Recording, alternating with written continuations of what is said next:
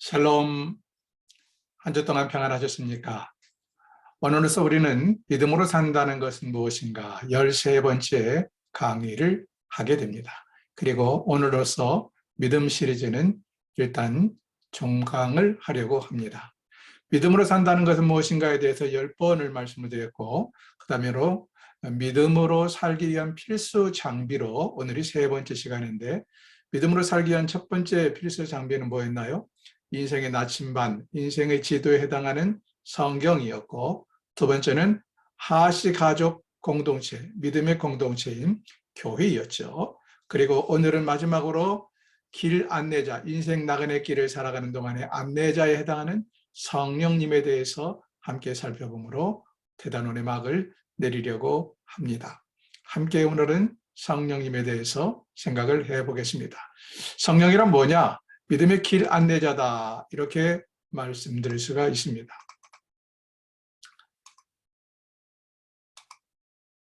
길 안내자에 해당하는 성령님. 성경은 뭐라고 말씀하시는가? 함께 성경을 볼까요? 진리의 성령이 오시면 그가 너희를 모든 진리 가운데로 인도하시리니. 누가 오시면? 성령님이 오시면. 근데 이 성령님은 어떤 성령님이에요? 진리의 성령입니다. 진리의 성령이 오시면 그가 우리를 모든 진리 가운데로 인도하실 것이다. 그래서 인생을 살면서 인생의 길 안내자인 성령의 도우심이 절대적으로 필요하다 하는 것입니다. 갈라디아서 5장 16절도 내가 너희에게 이르노니 너희는 성령을 쫓아 행하라. 그리하면 육체의 욕심을 이루지 아니하리라. 여러분, 우리가 인생을 살면서 육체의 욕심, 육체의 타락한 정욕을 쫓아 살지 않는 비결이 뭐냐? 성령을 쫓아 사는 것입니다. 다시 말하면 성령의 인도를 따라 사는 것이다 라고 분명하게 말씀하고 있습니다. 그래서 성령님은 우리 인생의 길 안내자에 해당한다, 이렇게 말씀드릴 수가 있겠습니다. 자, 그렇다면 첫째로 성령님은 우리를 어떻게 인도하실까? 성령이 우리를 인도한다고 말씀하시는데, 안내한다고 말씀하시는데 어떻게 우리를 인도하실까? 크게 두 가지를 보겠습니다. 첫째는 하나님의 말씀을 생각나게 하심으로, 빈칸에다가 생각이라고 쓰시면 됩니다. 성령님께서는 하나님의 말씀을 시시때때로 생각나게 하심으로 우리 삶 가운데 어떤 문제나 어느 길로 가야 될지, 어떤 것이 옳은지 망설이고 있을 때마다 하나님의 말씀을 우리 머릿속에서 생각나게 하신다. 이것이 성령의 역사입니다. 요한복음 14장 26절 보세요. 성경. 곧 아버지께서 내 이름으로 보내실 성령, 그가 너희에게 모든 것을 가르치시고 내가 너희에게 말한 모든 것을 생각나게 하시리라. 누가 모든 것을 우리에게 가르치세요? 성령께서. 그리고 예수님이 우리에게 말씀하신 성경의 말씀들이, 하나님의 말씀들이 누가 생각나게 하세요? 성령께서. 그래서 성령님은 우리 마음속에 늘 하나님의 말씀이 묵상되어 있고 암송되어 있는 말씀들이 이게 이렇게 영양분처럼 믹서돼서 필요한 말씀들이 시시때때로 유효적절하게 생각나게 하심으로 우리의 길을 안내하기도 하고, 우리를 위기에서 건져내기도 하고, 또 우리를 유혹에서 건져내기도 한다. 하나님의 말씀을 생각나게 하시는 분이 성령님이십니다. 우리는 성령님 하면 자칫 잘못하면 막 팔짝팔짝 뛰고 방언기도나 하고 이런 어떤 은사 중심으로 생각하기 쉬운데, 물론 그것도 성령의 역사일 수 있죠. 그러나 성령님은 그렇게만 역사하는 게 아닙니다. 성령의 역사 중에 첫 번째는 우리 머릿속에서, 우리 영적으로 우리 영을 지배해서 늘 필요 적절한 하나님의 말씀이 떠오르게 하시고 그 말씀으로 우리를 인도하신다 하는 것입니다. 두 번째는 우리 마음속에 생각을 불러일으키심으로. 뭘 불러일으켜요? 생각을 불러일으킨다. 성경 말씀 욥기 33장 보시면 사람은 무관히 여겨도 하나님은 한 번 말씀하시고 다시 말씀하시되, 하나님은 한 번만 말씀하신 게 아니라 말씀하시고 또 말씀하시고 또 말씀하시되, 사람의 침상에서 깊이 잠들 때에도, 또 꿈속에서도, 또 밤의 이상 중에도 사람의 귀를 여시고 인치듯 도장을 찍듯이 계속해서 반복적으로 교훈을 하신다. 성령님은요, 한두 번 우리에게 말씀을 하시는 것이 아니라 우리 마음속에 저장되어 있는, 또 우리 마음속에 암송되어 있는, 우리가 평소에 묵상했던 말씀들이 마치 음식을 먹는 것과 같아요. 여러분, 쌀 또는 콩 또는 고기, 이 자체가 영양분은 아니죠. 그것들은 영양분을 만들 수 있는 요소죠. 그것들이 우리 몸속에 들어가면 어떻게 됩니까? 다 그것이 소화가 되고 어떤 몸의 신비적인 작용을 통하여서 무슨 비타민, 단백질, 혈액 필요한 부분으로 다 변화되어서 우리 삶 전체를 이끌어갑니다. 이것처럼 평소에 우리가 하나님 말씀을 묵상하고 공부하고 암송하고 해놓았던 것들이 우리 머릿속에서 우리의 영적인 생각 속에서 늘 끊임없이 움직여요. 그래서 우리의 생각을 지배합니다. 생각을 지배한다는 것은 행동을 절제하게 만든다는 것이죠. 행동을 결정하도록 만든다는 것이죠. 이 일을 누가 하시는가? 성령님께서 하십니다. 잠을 들어있을 때도 꿈속에서도 이상 중에도 성령님은 쉬지 아니하고 우리의 생각을 지배하시고 그 생각에 수백만 수천만 수억만 가지의 그때 그 상황에 필요한 말씀들로 떠오르게 하신다. 얼마나 감사합니까? 이런 성령의 인도하심을 따라 사는 사람 얼마나 행복할까요? 자, 그렇다면 크게 두 번째로 어떻게 성령님의 인도를 받을 수가 있을까요? 우리는 어떻게 하면 성령님의 인도를 받을 수가 있을까? 네 가지로 보겠습니다. 첫 번째는 성령님의 인도를 구하는 것입니다. 구하라, 구하라 쓰십시오. 구하라. 무엇보다 중요한 것은 기도를 통하여 성령의 인도를 날마다 구하는 것입니다.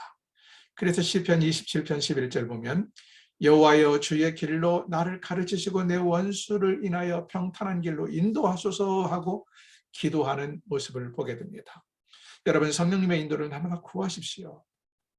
길을 모를 때 제일 안전한 방법 뭡니까? 길을 물어보는 거예요. 길을 모르면서 자기의 고집으로 이리저리 헤매고 다녀봐야 시간 낭비고 목만 피곤해집니다. 길을 모를 때는 묻는 게 최상의 방법입니다. 이것처럼 여러분 인생의 길을 한 번도 가보지 않은 길을 가는데 이게 우리 실제로 어디를 찾아가는 길도 물어가는 것이 안전하다면 한 번도 가보지 않은 인생의 길을 가는데 어떻게 묻지 않을 수가 있겠어요? 성령님께 물으십시오. 구하십시오. 구하되 대충 구하지 말고 구체적으로 구하세요. 구체적으로 구하면 구하는 만큼 구체적으로 인도를 받게 됩니다.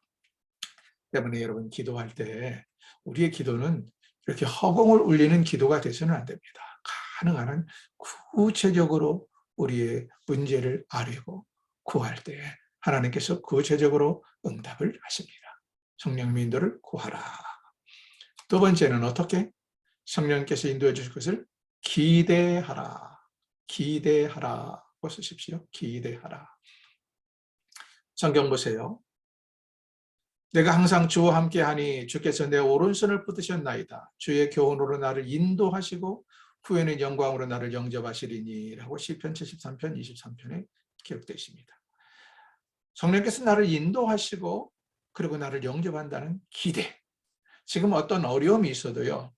여러분, 야, 성령님께서 과연 이번에는 나를 어떻게 인도하실까 하는 그 과거의 경험이 있는 사람, 확신이 있는 사람은 기대를 갖습니다. 그래서 오히려 인생의 스릴을 느껴요.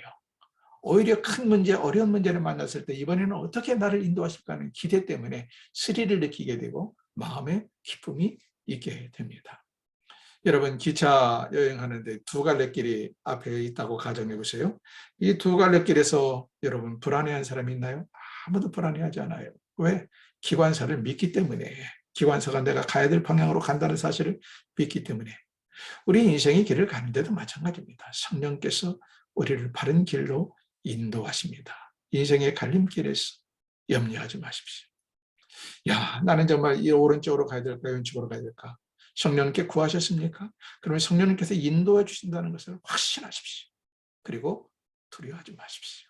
이런 기대가 우리 안에 있어야 됩니다. 오늘 하루를 살면서도 여러분이 어떤 문제를 만나든지 또 어떤 일을 하든지 성령께서 나를 어떻게 인도하실까 하는 기대가 있기를 축원합니다. 세 번째는 성령의 인도를 위하여 성경을 읽으라. 성령님의 인도를 위하여 성경을 읽어야 됩니다. 여러분, 성령님께서 역사하시는 방법이 가장 보편적이고 가장 타당한 방법, 가장 일반적인 방법이 뭔지 아십니까? 하나님 말씀이 우리 머릿속에 떠오르게 하시고 그 말씀을 통해서 근거해서 성령께서 인도하시지, 뭐 옛날에 구약시대처럼, 구약시대는 계시된 말씀이, 완성된 말씀이 없었기 때문에 직접적으로 하나님께서 꿈에도 환상에도 나타나셨지만, 지금은 완전한 계시의 말씀이 우리에게 주어져 있어요. 완벽하고 완전한. 때문에 옛날처럼 뭐 꿈에도 환상에도 나타나셔서 우리에게 직접적으로 말씀하시는 것, 물론 그것이 없다고 말씀드리는 건 아니에요. 그러나 그것이 일반적이고 보편적이지는 않다는 거예요. 지금 그 많은 성도들에게 일반적이고 보편적인, 가장 우리 주님께서 기뻐하시는, 성령님께서 기뻐하시는 방법은 뭐냐? 하나님 말씀으로 인도하십니다. 말씀이 유효적절하게 떠오르게 하시고 말씀이 능력을 주셔서 우리의 삶을 이끌어갑니다. 그러므로 성령의 인도를 위해서는 끊임없이 성경을 읽어야 합니다. 시편 119편 19절도 보세요. 나는 땅에서 객이 되었사오니, 객이 되었다는 건 어려움에 처해 있다. 어떻게 될지를 모른다. 많은 문제를 만났다 하는 거예요. 객이 되었사오니 주의 계명을 내게서 숨기지 마옵소서. 이 계명이라는 말씀이 구약에서는 뭐 계명, 율례, 율법 이런 단어들로 표현이 되는데 결국은 말씀을 얘기해요. 성경을 얘기해요. 그때는 완성된 계시가 없었기 때문에 우리가 지금 말하는 성경이라 이런 표현을 쓰기가 어려울 뿐이지 계시된 말씀을 의미합니다. 사랑하는 여러분, 이럴 때 날마다 하나님 말씀을 읽으십시오. 우리가 날마다 하루 세 끼 밥을 먹어야 사는 것처럼 한 번에 일주일 분량을 폭식하고 자는, 겨울 잠을 자는 그런 짐승이 아니잖아요. 정해진 시간에 정해진 분량의 음식을 먹어야 하듯이 하나님 말씀도 계속해서 날마다 읽어야 이것이 우리 속에 충분한 영양소가 되고 우리 삶을 이끌어 가게 됩니다. 그 다음 네 번째, 성령의 인도를 기다리라. 자, 첫 번째는 하나님께 기도로 구하라고 말씀하셨어요. 그 다음에 구하셨으면 어떻게 나를 이끌까 기대를 가져라. 세 번째로는 이걸 위하여 날마다 성경을 읽으라. 그리고 이번에는 이제 성령님이 나를 어떻게 인도하시는가를 기다리라는 것입니다. 편안한 마음으로 기다리라. 기다리십시오. 내가 기도했으면 하나님께서 들어주실 거라는 확신이 있으면, 그리고 하나님이 나를 어떻게 인도하실까 하는 기대가 있다면 기다릴 수 있습니다. 기대가 없는 사람은 기다리지 못합니다. 확신이 없는 사람은 기다리지 못해요. 그러나 확신이 있고 기대가 있는 사람은 성령의 인도를 기다릴 수가 있습니다. 하박국 2장 1절을 보세요. 내가 파수하는 곳에 서며 성령의 소리라, 그가 내게 무엇이라 말씀하실지 기다리고 바라보며 또 나의 질문에 대하여 어떻게 대답하시는지 보리라. 기다리고 바라보며 어떻게 말씀하시는지 보리라. 이 모든 것이 사실은 다 기다린다는 표현의 다른 여러 표현들이죠. 불안과 초조 속에 기다리지 마십시오. 기대를 갖고 기다리십시오. 내가 기도했고 하나님이 내 기도에 응답하셔서 하나님의 말씀으로 내게 확신을 주셨다면 기대를 가지고 기다리시면 하나님께서 틀림없이 오늘 나의 삶 가운데서 하나님의 선하신 뜻대로 나를 인도하실 것을 확신합니다. 자, 그 다음 크게 두 번째로, 세 번째죠. 성령님의 생각인지를 어떻게 알 수 있을까? 그것이 과연 성령님의 생각인지 내 생각인지 나의 욕심인지를 어떻게 알 수 있을까? 이것도 중요하잖아요. 왜냐하면 많은 사람들이 기도에 응답받았다고 말하는데 사실은 하나님의 뜻이 아니에요. 성령의 인도가 아니라 자기 욕심인 경우가 많습니다. 또 어떤 사람들은 이것이 하나님의 뜻이라고 우겨대는데, 성령의 인도라고 우겨대는데 알고 보니까 그게 아니에요. 자기 욕심이고 잘못된 생각이고 심지어는 악한 영의 인도를 받기도 합니다. 때문에 어떻게 성령님의 생각인지 성령님의 인도인지를 알 수 있느냐는 것도 매우 중요하죠. 5가지로 한번 정리를 하겠습니다. 첫 번째는 그 생각이 성경과 일치하는가?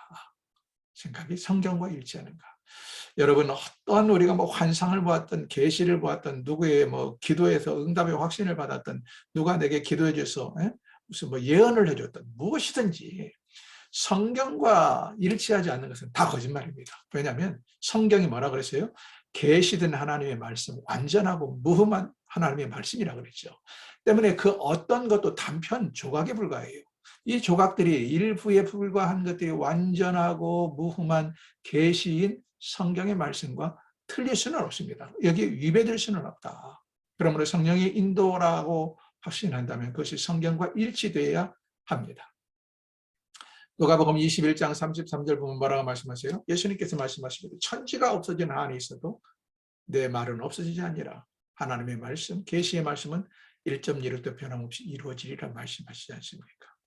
가끔 그러므로 자기의 충동이나 어떤 자극이나 또 자기의 욕심에 끌려서 결정을 하고 또는 일을 저지르고는 성령의 인도하심이라고 말하지 마십시오. 어디 가서 버리디 밀고 뭐 예언기도 받고 이런 거 뭐 100% 나쁘다고 말씀하는 건 아닙니다만은, 그러나 그것이 하나님의 계시의 말씀과 위배된다면 그건 결코 옳은 응답이 아닙니다. 두 번째로는 그 생각은 나를 예수님처럼 만들어주는가? 그 생각은 나를 예수님처럼 만들어주는가? 이게 무슨 말이냐면 나의 인격을 성숙시키고 변화시킨 것이냐? 아니면 나의 인격을 더 타락시키고 나쁘게 만든 것이냐? 나의 생각을 더 성스럽게 만드는 것이냐? 아니면 나의 생각을 더 타락하게 만드는 것이냐? 내 욕심 따라서 다른 사람에게 고통을 주는 것이냐? 아니면 다른 사람을 섬기고 다른 사람에게 도움이 되는 것이냐? 내가 결정한 것이. 이것을 생각해 봐야 된다는 것입니다. 야고보서 3장 14절부터 보실까요? 성경 시작. 그러나 너희 마음속에 독한 시기 그리고 다툼이 있으면 자랑하지 말라. 그리고 진리를 거슬려 거짓말하지 말라. 자, 독한 시기나 다툼이나 거짓말은 이것은 위로부터 내려온 것이 아니요 세상적이요 정욕적이고 마귀적이다라고 말합니다. 여러분, 예수님처럼 우리가 인격이 변화되고 생각이 변화되고 삶이 변화된다면 어떠한 독한 시기나 다툼이나 거짓말이 나올 수 있겠어요? 이런 것들은 다 세상을 쫓아나온 것이고 마귀적인 것이라고 말씀합니다. 또 시기와 오직 위로부터 난 것은 무엇인가? 우리로부터 난 지혜는 성결, 그 다음 화평, 그 다음 관용, 그 다음 양순, 그 다음 긍휼, 그 다음 선한 열매. 이것들이 다 예수님의 인격이고 예수님을 닮은 사람들의 선한 모습 아닌가요? 그래서 성령의 인도를 받았다고 말할 때 그것이 과연 나의 삶을 변화시키고 성숙시키고 나의 인격을 변화시키고 성숙시키고 다른 사람들에게 유익을 주고 도움을 주는 것이냐? 기도 응답 받았다고 말하면서 악한 사특한 길로 가고 다른 사람에게 해를 끼치고 하는 것은 진정한 기도 응답이 아니다 하는 이야기입니다. 세 번째, 우리 이웃들이 그 생각을 인정하는가? 우리 이웃들이 그 생각을 인정하는가? 무슨 말이냐면 보편 타당하냐는 거예요. 물론 우리의 하나님의 인도하심이 모든 사람들에게 똑같이 다 일반적으로 객관적일 수는 없어요. 그러나 대체적으로 사람들이 나의 하나님은, 나의 성령님은 우리 이웃들의 성령님이기도 하기 때문에 그 사람들이 정말 우리 이웃들도 성령을 의지하는 성도라면 그 사람들에게도 하나님이 똑같은 지혜와 지식을 주십니다. 깨달음을 주세요. 때문에 정말 내 생각이 다른 믿음이 좋은 신실한 성도들의 생각과 완전히 위배된다. 10사람에게 물어봤더니 다 반대한다. 그러면 내가 가지고 있는 생각이나 결정, 내가 성령의 인도라고 우게 되는 것들이 틀릴 수가 있다 하는 것입니다. 그래서 우리는 물론 100% 나의 모든 성도들의 생각, 일반적인 생각이 나의 생각과 맞을 수는 없어요. 그러나 보편적으로 내게 역사하는 성령은 우리 다른 성도들에게도 역사하기 때문에 다른 성도들에게 그것을 물어봤을 때 그래, 그것이 옳은 것 같다. 성령이 인도하십니다. 하고 인정을 하느냐 아니면 극구 만류하느냐, 이것도 판단의 근거가 된다 하는 이야기입니다. 네 번째로는 그 생각은 나의 책임에 관계된 것이냐, 나의 책임, 내가 책임지는 것이냐는 거예요. 어떤 사람들은 하나님의 응답이야, 성령의 인도하심 받았어 하고 일을 저지르고는 책임을 지지 못해요. 여러분, 성령의 인도하시라면 내가 책임질 수 있도록 성령께서 역사하십니다. 그걸 인하여 남에게 피해를 주고 남의 마음을 아프게 하고, 이것은 성령의 인도가 아니란 말이에요. 예컨대 돈을 빌려서 사업을 하고 다른 사람을 돈을 떼어먹는 것, 또 내가 어떤 일을 저질러서 다른 사람에게 큰 피해를 주거나 다른 사람을 상해하고 해치는 것, 이런 것들은 성령의 인도하심이 아니다. 성령이 인도하시면 선한 것이기 때문에 어떤 나에게 생각을 주든 행동을 유발하든 그것에 대해서 나로 하여금 좋은 열매를 맺게 하고, 그리고 혹시라도 그것이 잠시 내가 계획했던 대로 되지 않아도 내가 책임질 수 있도록 인도하신다 하는 거예요. 이 말씀을 꼭 기억해야 됩니다. 무작정 진리려 놓고 성령께서 인도하셔서 하나님의 뜻이 하면서 다른 사람에게 해를 입히는 일, 이것은 잘못된 판단이다. 마지막 5번째로는 그 생각에 대하여 하나님께서 평안을 주시느냐, 하나님의 평안을 느끼느냐. 정말로 내가 결정하고 행동한 것이 그 결과로 하나님의 평안을 느끼느냐 하는 것입니다. 하나님의 평안을 느끼느냐. 고린도전서 14장 33절을 보십시오. 노트 시작. 하나님은 어지러움이 하나님이 아니요 오직 화평이 하나님이시다 라고 말씀을 하죠. 내가 성령의 진정한 인도를 받았다면 성령님은 내게 평안을 주신다는 거예요. 평안을 주신다. 어떤 일을 결정했는데 몹시 불안하고 마음이 편치 못하다. 그러면 그것은 성령의 인도가 아닐 수 있습니다. 악령의 인도일 수 있고 내 판단일 수 있다 하는 것입니다. 우리가 나이 먹은 어르신들이 틀니를 끼잖아요. 틀니 하나를 껴도 이게 맞지 않으면 굉장히 불안하고 불편합니다. 그죠? 우리가 이제 운전하면서 자동차를 탔을 때 의자의 높이나 앞에 운전대와의 거리가 맞지 않아도 굉장히 불편하고 불안합니다. 안경 하나를 맞춰도 내 눈에 시력이 제대로 맞지 않으면 안 쓴 것만 못해요. 어지럽고. 마찬가지로 진정 성령이 인도하시라면 내 마음에 불안함이나 불평함이나 초조함이 없습니다. 왜? 한 성령께서 인도했다는 기대가 있고 확신하기 때문에, 성령은 우리에게 좋은 것으로 채워주시기 때문에 불안하지 않다. 하나님 우리에게 주신 마음은 평안입니다. 그러므로 진정 성령의 인도를 받은 사람은 그 일을 결정한 단계에서 또 행동으로 옮긴 단계에서 또 그 일이 설령 내 마음대로 잘 안 되는 과정에 있다 할지라도 내 마음이 불안하지 않습니다. 성령의 인도를 확신한 사람은 마음에 평안이 있다 하는 이야기입니다. 자, 그 생각에 성령의 인도하심인지 어떻게 할 수 있냐? 5가지죠. 첫 번째는 성경과 일치하는가. 두 번째는 나를 변화시켜서 예수님처럼 만들어주는가. 세 번째는 나의 믿음의 이웃들도 믿음의 이웃이어야 됩니다. 믿음의 이웃. 악한 사람들에게 물어보면 다 좋다고 말하죠. 믿음의 이웃들도 공감하는가. 네 번째는 내가 책임짓는 일인가. 5번째는 진정한 평안이 내게 있는가.